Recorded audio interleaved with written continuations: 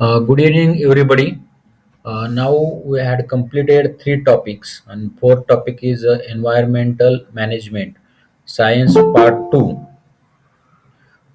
science and technology part two, fourth chapter, environmental management.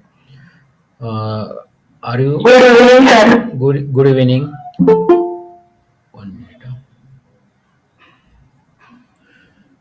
In this topic, remaining whatever we completed three chapters. These three chapters are very difficult to understand, and there are many new terminology for you. And to understand this topic and remember it and write, it's very difficult. So we took how many much time to understand these three topics. Now fourth topic is environmental management. Before starting this topic, I want to ask you question. What is mean by environment? हा जो चौथा chapter आहे environmental management, तो चालू करण्याच्या अगोदर मला कोण सांगेल का की what mean by environment? Surrounding, surrounding area. Okay. अजून कोणी स्पेसिफिक?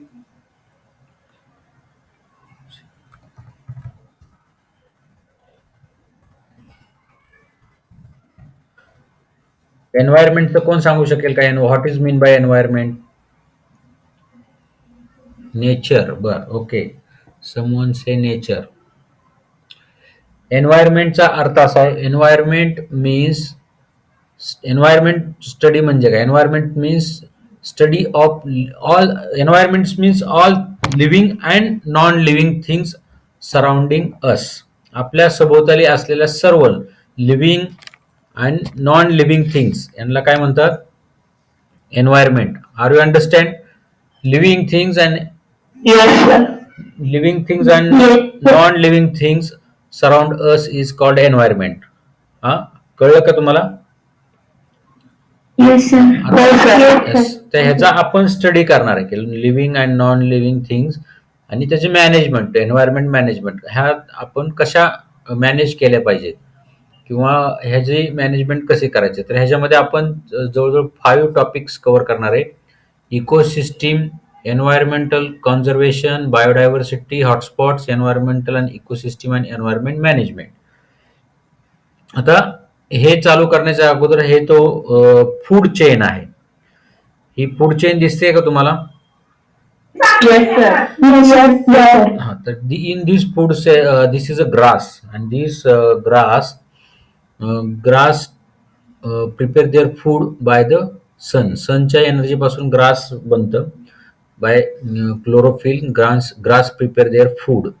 ग्रास क्लोरोफिल सिंथेसिस करून हे ग्रास मोठं होतं.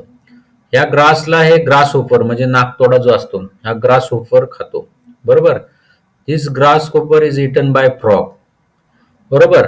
And this frog was eaten by snake and snake by eagle. आणि ह्या ठिकाणी म्हणजे आता दिस एनर्जी कुठं आहे? सन मध्ये. This sun energy is converted in to grass.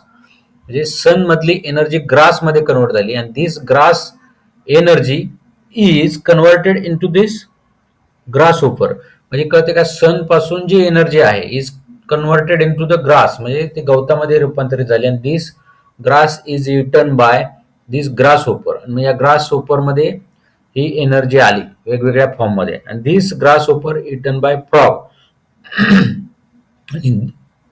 Sorry, this frog by snake by eagle. आता ह्या ठिकाणी फूड चेन स्टॉप होते. आफ्टर ईगलला कोणी मारू शकत नाही, म्हणजे ईगलला कोणी मारणार नाही, म्हणजे ह्याला खाणारं कोण नाही. This eagle by natural process dead. काही दिवसांनी हा मरणार. हा मेल्यानंतर त्याचं डिकॉम्पोजिशन होणार. मीन्स ह्या बॉडी कुठली वी आर बायोडिग्रेडेबल. म्हणजे बायोडिग्रेडेबल म्हणजे काय? All the things are dissolve in our earth. म्हणजे त्याला बायोडिग्रेडेबल म्हणतात, म्हणजे ज्याचा नाश होतो. हा ईगल मेल्यानंतर ह्याच्या बॉडीवरती this type of fungus, other microorganisms will eaten this, किंवा मॅगेट्स वगैरे जे असतात हे ह्या ईगलला खाणार आणि हे फंगस वगैरे हे अर्थ मध्ये जाणार. आणि दिस अर्थ मध्ये मिक्स झालेलं फूड हे ग्रास घेणार आणि परत grass made food from the sun आणि grasshopper frog eagle and परत sorry snake and eagle this is a called food chain. हे तुम्हाला कळलंय का what is a food chain? Yes, sir. Yes, sir. Sir ही food chain आम्हाला 9th standard मध्ये पण होती. कुठलं? येस. हे फूड चेन ना? ही वाली फूड चेन. हो. ओके. पण तुम्हाला आता परत एकदा रिकॅप केलं, कळलं ना तुम्हाला what is a food chain? म्हणजे कशी energy? Yes sir. Main energy source हा सन आहे आणि this sun energy is converted by grass and grasshopper to frog, frog to the snake and snake to the eagle. इगलचं decomposition होतं. Eagle मेल्यानंतर त्याचे बॉडीमध्ये डिकम्पोजिशन होतं. हे कळली का चेन तुम्हाला? Yes sir. Yes sir. आता let's we start this ecosystem review. आता इकोसिस्टीम आता हे आपण असं हे जो टॉपिक आहे आम्ही तुम्हाला एक्सप्लेन करेल आणि आपण रीड करू असं, because this all 4th chapter is much much descriptive. हा डिस्क्रिप्टिव्ह आहे. You have to understand every word and line, then it is easy to you to write it and recall in exam. म्हणजे तुम्हाला हे मी प्रत्येक word explain केलं की हे descriptive आहे. थोडंसं कन्सेप्ट पेक्षा तुम्हाला डिस्क्रिप्टिव्हली लिहावं लागेल.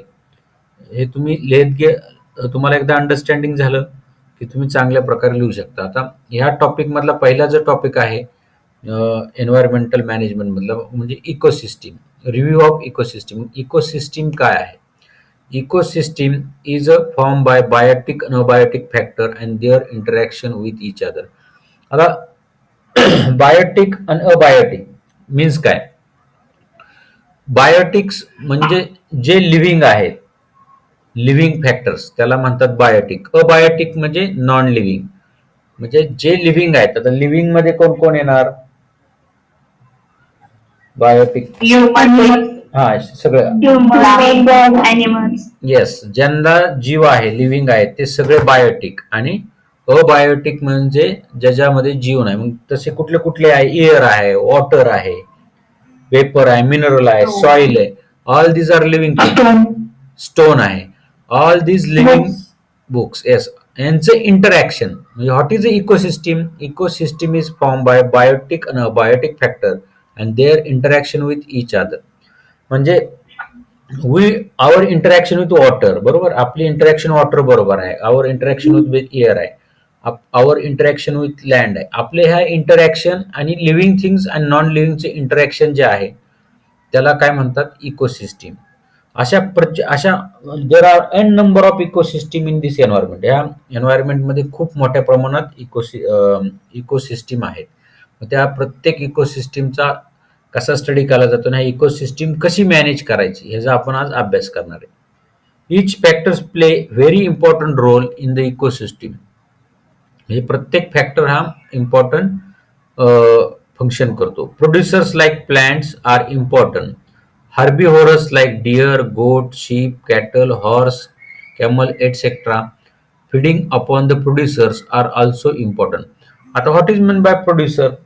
जी काय सनची एनर्जी आहे, this sun energy is converted into some part of their system. It's called producer. म्हणजे एनर्जी प्रोड्यूस करतात. म्हणजे all the plants, all the grass, they producers, they produce the foods or what called as food for the other organism.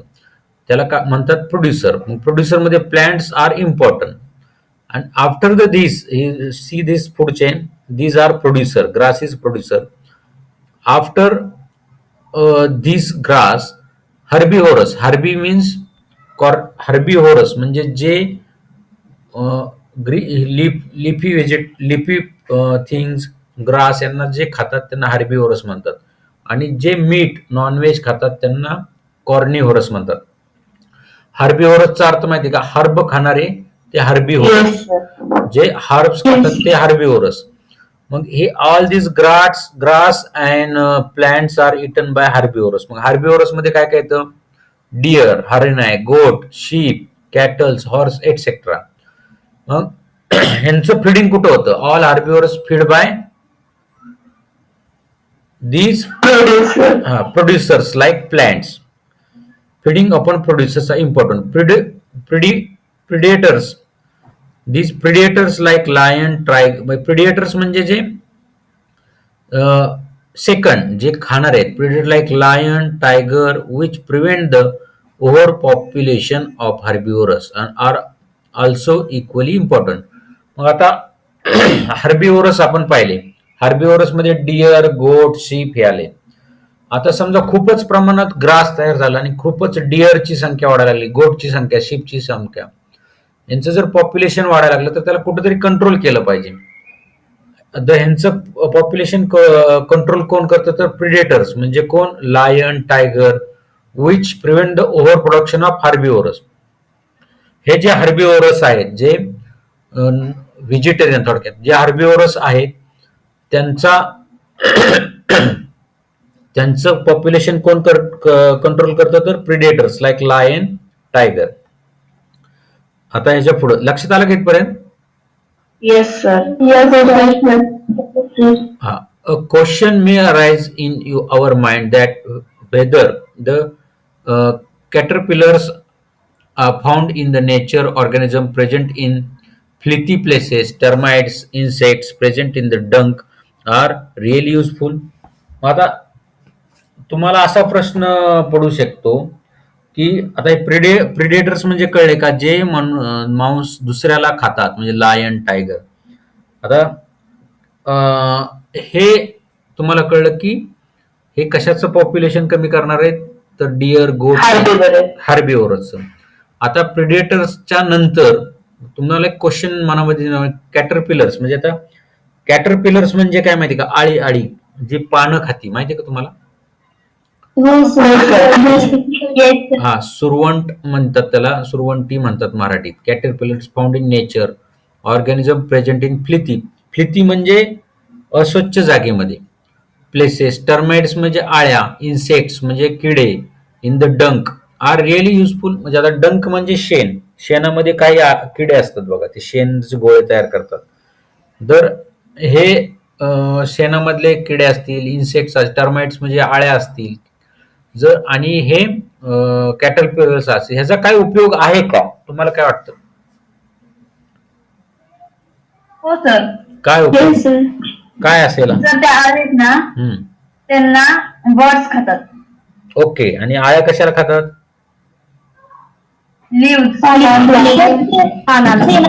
खत तयार होतं, मग sir त्या आळ्यांना खत भुसभुशीत करायला मदत करतात सर. येस, बरोबर आहे. ते means it is a conversion of one form to another form, म्हणजे एका फॉर्म मधून दुसऱ्या फॉर्म मध्ये कन्व्हर्जन होतं. म्हणून ते जे इन्सेक्ट्स आहेत, कॅटरपिलर्स आहेत, all these are important. However those organisms are also important though they are dirty. म्हणजे ते खूप घाण असले, शेणामधले किडे असतील, म्हणजे इन्सेक्ट्स, टर्माइट्स असतील, ते घाण असले तरी त्यांचं इम्पॉर्टन्स आहे. They are responsible for cleaning the environment. ते एन्व्हायरमेंट क्लीन करतात. Hints mean that our existence is due to this factor present around us. Hence we should care of these factors. हे ऑल फॅक्टर्स जे आहेत, termites आहेत, insects आहेत, त्यानंतर caterpillars आहेत, हे आहेत म्हणून आपलं अस्तित्व आहे. म्हणून ह्याची काळजी आपण घेतलं पाहिजे. म्हणूनच आपल्या आजच्या टॉपिकचं नाव काय, एन्व्हायरमेंटल मॅनेजमेंट. एन्व्हायरमेंटची मॅनेजमेंट कशी करायची. आता हा इकोसिस्टीम रिव्ह्यू तुम्हाला कळला का?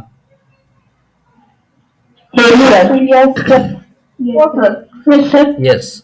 आता हा चार्ट जो आहे, हा चार्ट तुम्हाला म्हणजे तुम्हालाच क्वेश्चन विचार, fill in the blanks and display the complete chart in the classroom. आता ह्या चार्ट मध्ये काय आहे की आपण आता इकोसिस्टीम मध्ये काय काय येतं, बायोटिक आणि अबायोटिक फॅक्टर, बरोबर, living things and non living things. आता ह्या साईडला त्यांनी अबायोटिक दिले, मग इथं काय असेल,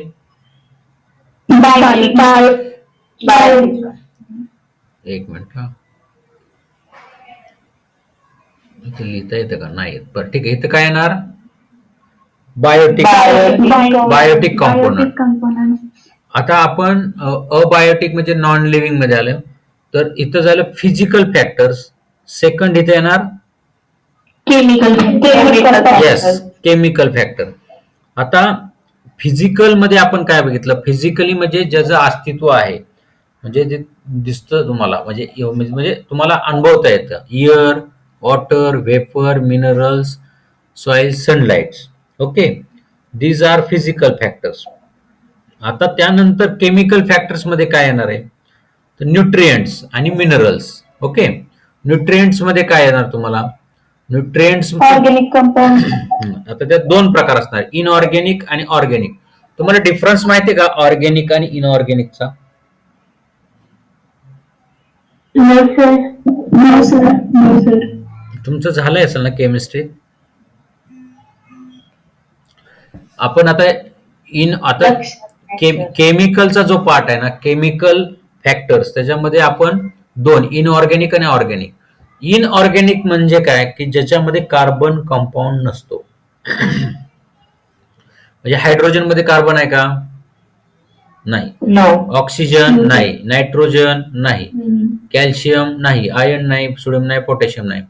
पण ऑर्गॅनिक मध्ये प्रोटीन मध्ये कार्बन आहे का? त्याचं स्ट्रक्चर आपण बघितलं, C6H12, बरोबर. कार्बोहायड्रेट C6H12 बघितलं, आठवते का? आणि फॅट्स, ह्याच्यामध्ये कार्बन कंपोनंट आहेत. म्हणजे इकोसिस्टीम मध्ये ग्लुकोज, बरोबर. इकोसिस्टीमचा पार्ट आपण पाहिला तर इकोसिस्टीम मध्ये अबायोटिक आणि बायोटिक कंपोनंट आहेत. अबायोटिक मध्ये फिजिकल फॅक्टर आहे, केमिकल फॅक्टर. केमिकल मध्ये परत आपण न्यूट्रिएंटचे दोन टाईप केले, इनऑर्गॅनिक आणि ऑर्गॅनिक. इनऑर्गॅनिक मध्ये हायड्रोजन, ऑक्सिजन, तुम्हाला रिमेंबर करायला सोपं जाऊन सांगितलं. इनऑर्गॅनिक मध्ये काय नसतो, कार्बन नसतो. आणि ह्याच्यामध्ये ऑर्गॅनिक मध्ये कार्बन कंपाऊंड. येस. आता इकोसिस्टीमचा दुसरा part means biotic component. Biotic factors कुठले कुठले आहेत? आता ॲटोट्रॉपिक आणि हेट्रोट्रॉपिक. आता लक्षात, ॲटोट्रॉपिक, ॲटो मीन्स काय, की जे स्वतःच फूड तयार करतात. ॲटोट्रॉपिक म्हणजे जे स्वतःचं फूड स्वतः तयार, त्याला ॲटोट्रॉपिक. आणि हेट्रो म्हणजे those who depend on others for the food. Autotrophic म्हणजे स्वतःच अन्न बनवणारे, हेट्रोट्रॉपिक्स म्हणजे दुसऱ्यावर अवलंबून असणारे. आता आपण ह्याच्यामध्ये जे प्रोड्युसर्स आहेत, who are the producers? Plants are the plants.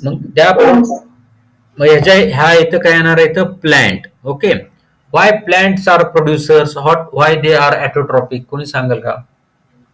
Because they make their own food. ते अन्न तयार करतात.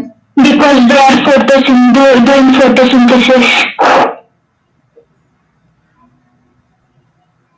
ओके, तुम्हाला कळलंय, प्रोड्युसर्स कळले. आता ॲटोट्रॉपिक नंतर heterotrophic.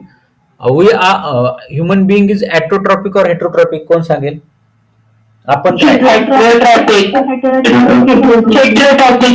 Yes, we R heterotrophic. Okay, आलं लक्षात? येस. आता ऐकायला येतंय? आता ह्याच्यामध्ये हेट्रोट्रॉपिक मध्ये परत दोन पार्ट आहेत, ॲनिमल्स अँड डिकॉम्प्रेसर्स. म्हणजे डिकॉम्प्रेसर्स म्हणजे कोण, की जे ज्यांना खाऊन नाही शकत कोण, ते सॉइल मध्ये डिकम्पोज होतात. म्हणजे मायक्रो. Yes, bacteria, microbes. आता ॲनिमल्स आर कंझ्युमर्स. ओके, ते कंझ्युम करतात. मग त्याच्यामध्ये परत प्रकार आहेत. इथं काय येणार ॲनिमल मध्ये?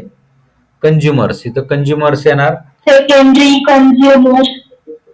बरोबर. ते कुणापासून? तर प्रायमरी, सेकंडरी आणि इथं टर्शियरी. म्हणजे हे तुम्हाला कळलं का? हा चार्ट इकोसिस्टम, हा चार्ट तुम्ही रिमेंबर करून ठेवा. हा तुम्हाला एक्झाम मध्ये येऊ शकतो. कळलं? आता आपण नेक्स्ट टॉपिक घेऊ. म्हणजे आता ह्याच्यामध्ये paddy is cultivated on large scale in various states of south India. Paddy म्हणजे माहिती आहे ना तुम्हाला, भाताची शेती. आता वेस्टर्न महाराष्ट्रामध्ये म्हणजे पश्चिम महाराष्ट्रामध्ये पुणे जिल्हा सोडला, पुणे डिस्ट्रिक्ट सोडला, तर बाकीच्या ठिकाणी शक्यतो भाताची शेती होत नाही.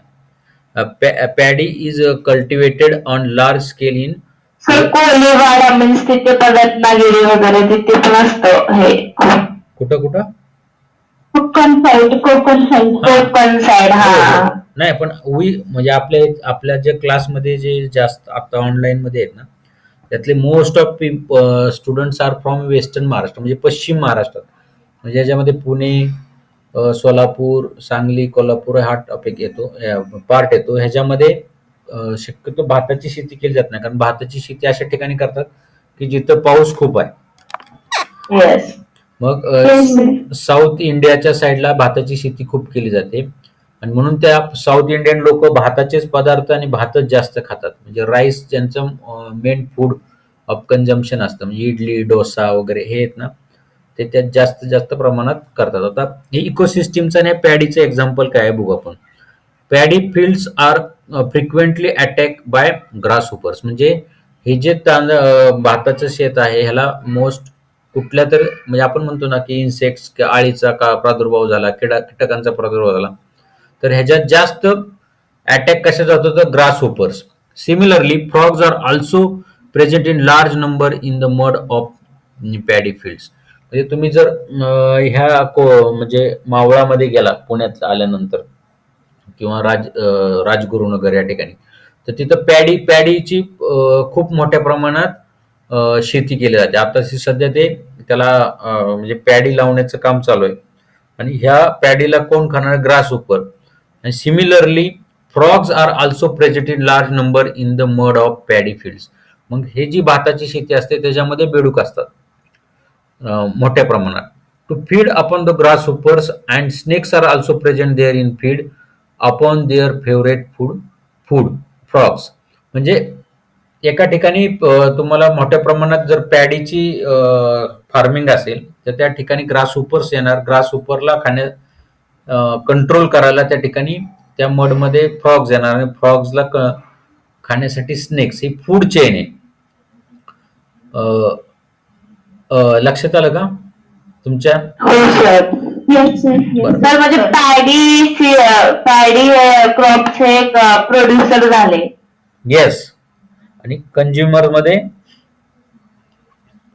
त्याला ग्रास होपर्स, आणि ग्रास होपर वरती सेकंडरी आणि टर्शियरी मध्ये तुम्हाला frog, snakes, eagles, yes, all the हे येतात.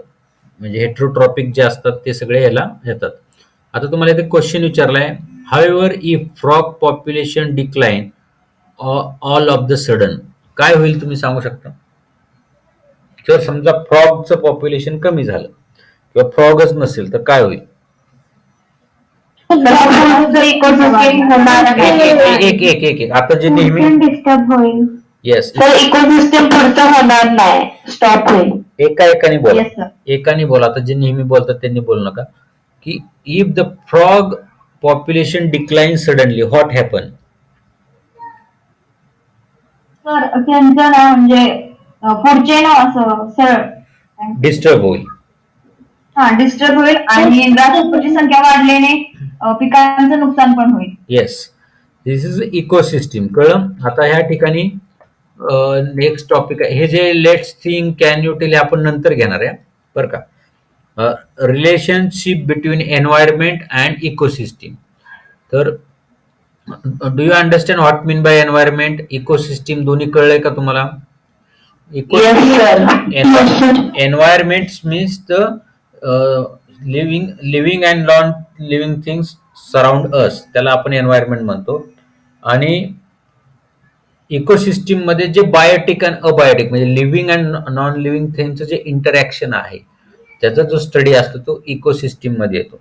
आता ह्यांचं रिलेशनशिप आपण एक्सप्लेन करणार आहे. Environment is a broad concept. तुम्हाला हे कळलंय, environment is a broad concept. Physical, chemical, biological factor affecting the living organism is an possible way in collectively called as environment. म्हणजे फिजिकल, केमिकल, बायोलॉजिकल जे factor आहेत, तुम्हाला physical factor म्हणजे काय कळलंय, केमिकल कळलंय, biological factor affecting the living organism in any possible way is collectively called an environment. हे जे यांचं सगळ्यांचं कलेक्शन केलं तर त्याला एन्व्हायरमेंट म्हणतात. In short environment is the condition in surroundings. म्हणजे एन्व्हायरमेंट म्हणजे काय, इन शॉर्ट की आपल्या सराउंडिंग काय आहे त्याला एन्व्हायरमेंट म्हणतो. It included many biotic, abiotic, natural, artificial factor. There are two main types of environment. One is natural environment, other is artificial environment. Environment ही खूप मोठी कन्सेप्ट आहे की तुमच्या सराउंडिंग मध्ये असेल त्याच्यात दोन दोन फॅक्टर्स येतात, बायोटिक अबायोटिक सोडून, नॅचरल आणि आर्टिफिशियल आल्सो. म्हणजे जे नेचरने निर्माण केले ते नॅचरल आणि जे आपण तयार केले त्याला आर्टिफिशियल म्हणतात. तुम्हाला हे एवढा पॅरेग्राफ कळला का? हो सर. आर्टिफिशियल म्हणजे नक्की कसं म्हणता येईल, मॅनमेड नेचर कसं काय असेल? नाही, नेचर नाही म्हणत आपण. आर्टिफिशियल फॅक्टर्स मीन्स आता आपण घरं बांधली, बरोबर, आपण नंतर भांडी तयार केली, म्हणजे पॉट्स तयार केले, नंतर आपण नवीन काही समजा मोटरसायकल आली, हे आले, हे आपण बनवलं ना, हे दिस आर्टिफिशियल. बाय नेचर मध्ये नव्हतं. नेचर अँड मॅनमेड म्हणजे आर्टिफिशियल फॅक्टर्स दोन्ही असतात. बाय नेचर कुठले आले, माउंटन असेल, रिव्हर असेल, त्यानंतर वॉटर. वॉटर तर नॅचरल आहे ना. ऍटमॉस्फिअर. ऍटमॉस्फिअर हे सगळं नॅचरल आहे. फक्त काही गोष्टी आपण बनवल्या त्याचाही अभ्यास आपण एन्व्हायरमेंट मध्ये करतो, त्याला आर्टिफिशियल फॅक्टर म्हणतात.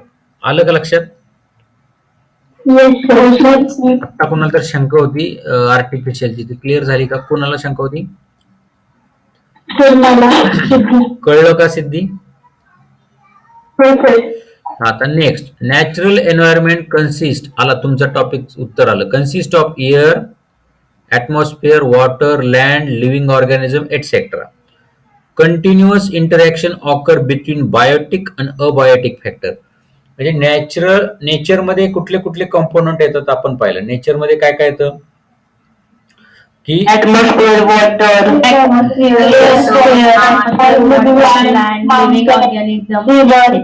येस. आता त्यानंतर ह्यांची इंटरॅक्शन कशी होते ह्याचा आपण स्टडी करणार. Continuous interaction between biotic and abiotic factor. Their interactions are very important. Artificial environment is also affecting the natural environment directly or indirectly.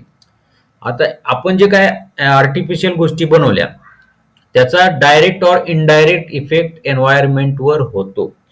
म्हणजे फॉर एक्झाम्पल पोल्युशन आपण बोलू शकतो ना. येस, पोल्युशन आहे.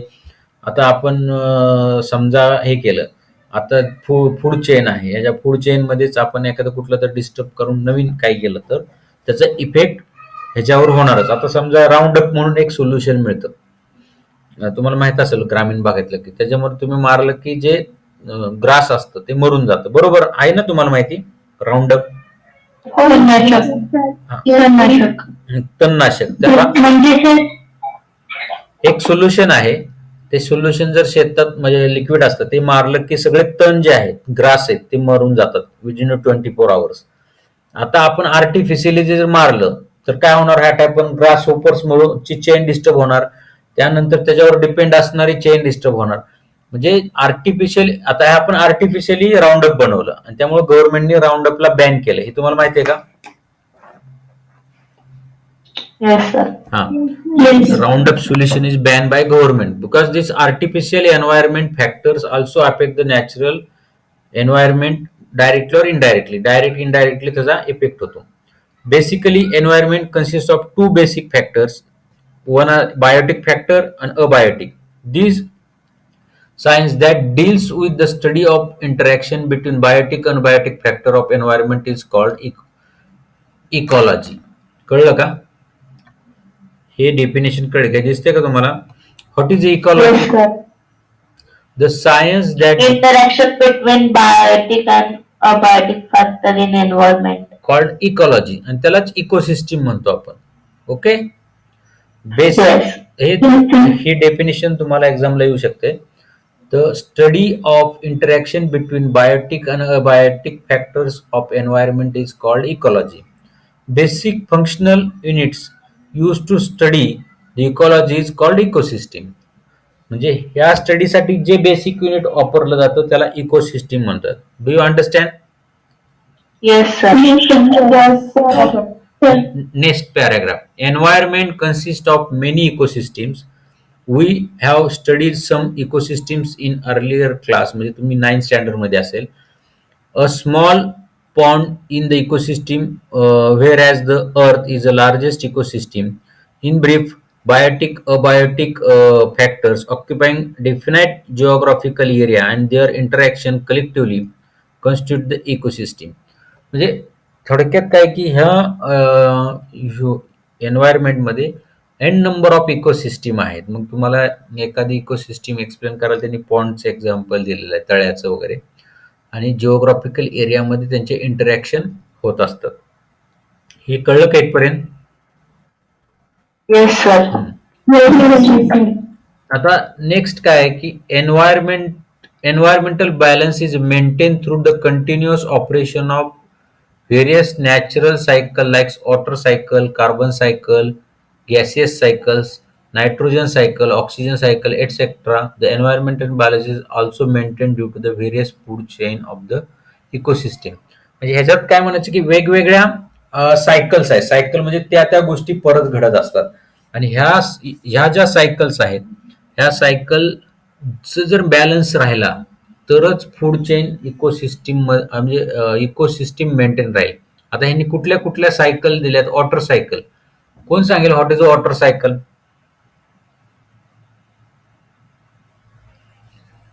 कोण सांगतो? सर इव्हॅपोरेशन होतं बाष्पीभवन. येस, इव्हॅपोरेशन टू क्लाउडला थंडर गेट, कंडेन्सेशन, आणि नंतर रेन अगेन वॉटर. बरोबर. Is called water cycle. Same अशा भरपूर सायकल्स आहेत प्रत्येक इकोसिस्टीम मध्ये. फूड चेन पाहिल्या आपण, त्या सगळ्या अशा सायकलच आहेत. त्याच्यामध्ये gaseous cycles like nitrogen cycle, oxygen cycles, ह्याचा सगळ्याचा बॅलन्स ह्या इकोसिस्टीम मध्ये केला जातो. आता नेक्स्ट आपण when some natural factors of environment and some artificial polluted factors harm the environment, it creates imbalance between various factors of environment and ultimately affect the existence of biotic factor.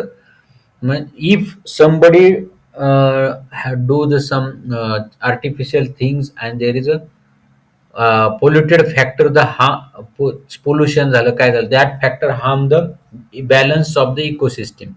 म्हणजे नेचरमध्ये जे environment factor आहे त्याच्यामध्ये artificial काही factors निर्माण केले तर Biotique factor म्हणजे living ऑर्गॅनिझमला त्याचा फटका बसतो. लक्षात आलं का तुमच्या? आता हे तुम्हालाच आता या ठिकाणी हे थोडं एक्सप्लेन करतो की the earth is sufficient to satisfy the everyone needs but not a greed. हे महात्मा गांधींनी सेंटेन्स आहे. बरं, ह्याचा अर्थ कोणाला कळतं? Earth is sufficient to satisfy everyone's need but not the greed. Mahatma Gandhi कोणाला सांगता येते का ह्याचा अर्थ? नाही ना. तर महात्मा गांधींना आपण ग्रेट का म्हणतो? कारण त्यांचे थॉट्स हे इटर्नल होते, म्हणजे ते शाश्वत, ते जे सांगायचे ना ते परफेक्ट असायचं. म्हणजे काय की ते कुठेही गेलं तर ते त्यांनी सांगितलेल्या कन्सेप्ट ह्या अजूनही तशाच आहेत. म्हणून महात्मा गांधींचे थॉट, महात्मा गांधींची बुक्स, महात्मा गांधींचे विचार तुम्हाला अभ्यासाला आहेत. आता ह्या महात्मा गांधींचा हा जो विचार आहे याचं काय म्हणतात की earth is sufficient to satisfy everyone's need. म्हणजे ह्या अर्थ जी आहे आपली ही प्रत्येकाची नीड म्हणजे गरज पूर्ण करू शकते. म्हणजे आता आपल्याला काय जेवायला पाहिजे, तर जेवायसाठी आपल्याला अन्नधान्य उत्पादन करून आपण जीवू शकतो. म्हणजे आपण आपली जी अर्थ आहे ती तुमच्या सॅटिस्फॅक्शन, तुमच्या सगळ्या गोष्टी सॅटिस्फाय करू शकतात. Not grid. ग्रीड म्हणजे लालसा.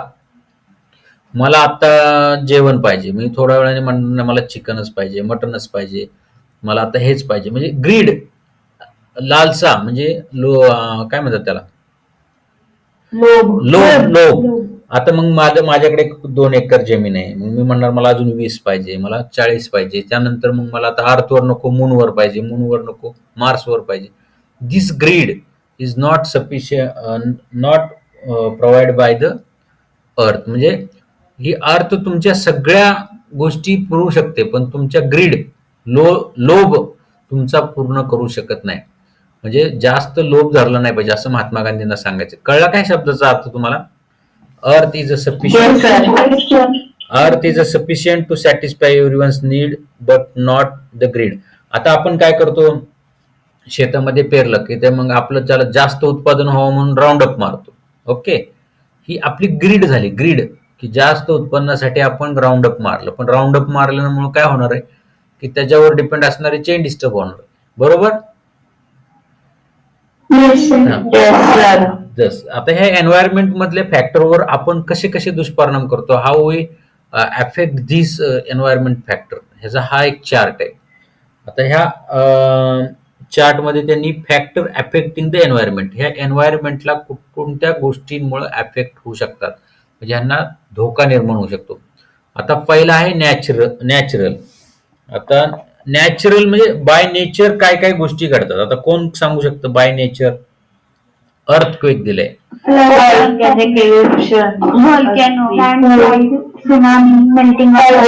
Yes yes yes. म्हणजे these factors affect the environment naturally. Earthquake म्हणजे काय माहितीये का तुम्हाला?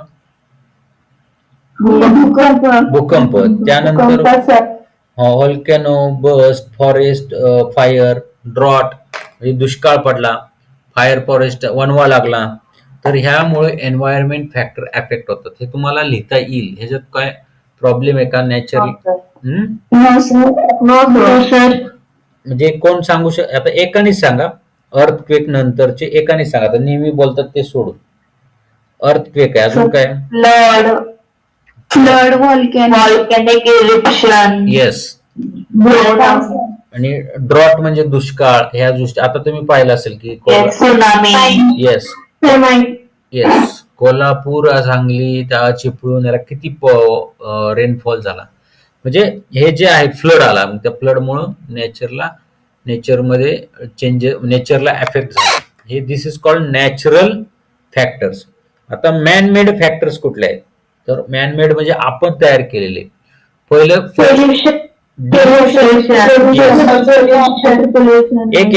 एक जण एकाने एक सांगा. Water pollution.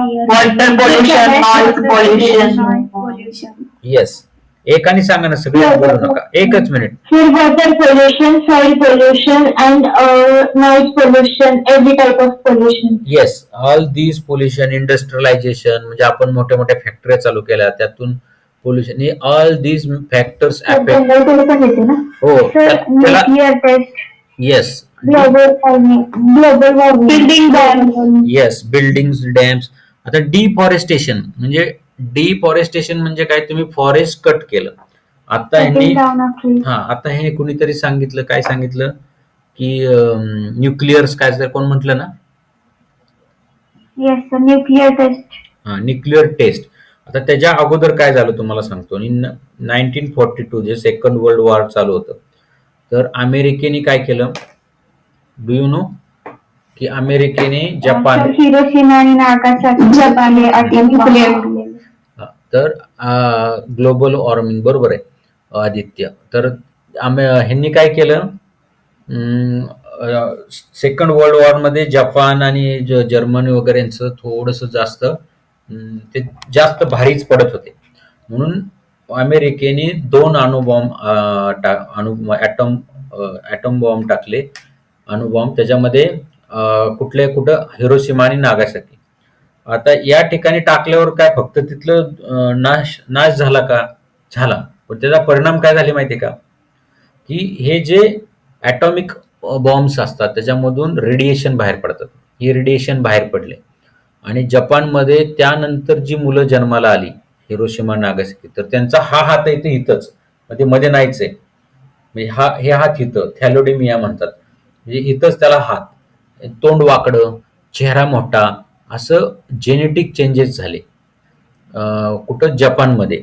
आणि त्यानंतरच्या जनरेशनमध्येही तसे इफेक्ट व्हायला लागले. म्हणजे हे न्यूक्लिअरचं एकदम लगेच नेक्स्ट जनरेशनमध्ये दिसायला लागलं. मग जॅपनीजने त्याच्यावर जेनेटिक स्टडी करून नेक्स्ट जनरेशन तसं का होणार नाही हे पाहिलं. पण आपण एवढं मोठं सेकंड वर्ल्ड वॉर केलं, अमेरिकेने टाकलं, त्याचं खूप मुलांना म्हणजे त्यांचा काय दोष होता की त्यांना हितच एकदम हार्ट फक्त कशा न्यूक्लिअर एक्सप्लोजनमुळं एवढा मोठा झाला, एफेक्ट झाला एन्व्हायरमेंटल. हे तुम्हाला माहिती आहे का? थॅलोडेमिया, त्यांना बोट नाही, कोणाला काही नाही, एखादा ऑर्गनच नाही, डोळाच मोठा आहे, हेडच मोठा, असे चेंजेस त्यांच्यात नाही. हे एन्व्हायरमेंटला तुम्ही डिस्टर्ब केल्यामुळे झालं. आलं का लक्षात? हे एक एक्झाम्पल सांगितलं. तशा प्रत्येक गोष्टीचा परिणाम, इफेक्ट हा आपल्या एन्व्हायरमेंटवरती होत असतो. आता हे पुढचा टॉपिक आता हा. At present, many environmental problems have been arisen due to effect of various natural and artificial factors on the earth. Environmental pollution is one of those main factors. म्हणजे हे परिणाम कशामुळे होतात की पोल्युशनमुळे होतात. Generally contamination of any material is it pollution. म्हणजे आपण थोडं जरी त्यात कंटॅमिनेशन केलं, दूषितीकरण केलं की पोल्युशन होतं. Unnecessary and acceptable changes in surrounding environment due to natural events or human activities called environmental pollution. म्हणजे तुम्ही कुठलाही अननेसेसरी ऍक्टिव्हिटीज जर चेंज केला सराउंडिंग मध्ये, ह्युमन ऍक्टिव्हिटी, त्याला एन्व्हायरमेंटल पोल्युशन म्हणतात. दॅट इज डायरेक्ट और indirect change in physical, chemical and biological properties of air, water and soil which will be the harmful to human beings. म्हणजे तुम्ही chemically, physically, biologically जर air, water आणि सॉइलमध्ये property change झाल्या तर त्याचा परिणाम एन्व्हायरमेंटवर होऊन, पोल्युशनवरती होऊन आपल्यावर पण होणारच आहे. Various reason like pollution explosion, population various reasons, त्याचे कारण काय काय आहेत? पॉप्युलेशन एक्सप्लोजन म्हणजे लोकसंख्या जास्त वाढली, फास्ट इंडस्ट्रियलायझेशन म्हणजे मोठमोठ्या इंडस्ट्री उभ्या राहिल्या, and indiscriminate use of natural resources म्हणजे deforestation and unplanned urbanisation are responsible for environmental pollution. म्हणजे आता ह्याच्यामध्ये काय व्हेरियस एन्व्हायरमेंटल पोल्युशनची सगळ्यात जास्त महत्वाचं कारण आहे पहिलं म्हणजे पॉप्युलेशन एक्सप्लोजन. खूप मोठ्या प्रमाणात लोकसंख्या वाढली, त्यानंतर इंडस्ट्रियलायझेशन झालं, मोठमोठ्या फॅक्टऱ्या तयार व्हायला लागल्या, आणि थर्ड वन इज फॅक्टरी झाल्यानंतर माणसाने त्याच्यामध्ये एन्व्हायरमेंटमध्ये चेंजेस करायला सुरू केली. नॅचरल रिसोर्समध्ये डिफॉरेस्टेशन, अनप्लॅन अर्बनायझेशन म्हणजे शहरं मोठी व्हायला लागली. मुंबई मोठं होतंय, पुणे मोठं होतंय, पण ग्रामीण भाग तसंच राहतोय, कमी होत चालला. तर दिस जे इंडस्ट्रियलायझेशन आहे किंवा अर्बनायझेशन म्हणजे शहरीकरण, हे एन्व्हायरमेंट वरती अफेक्ट करायला लागले. हे कळलं का तुम्हाला?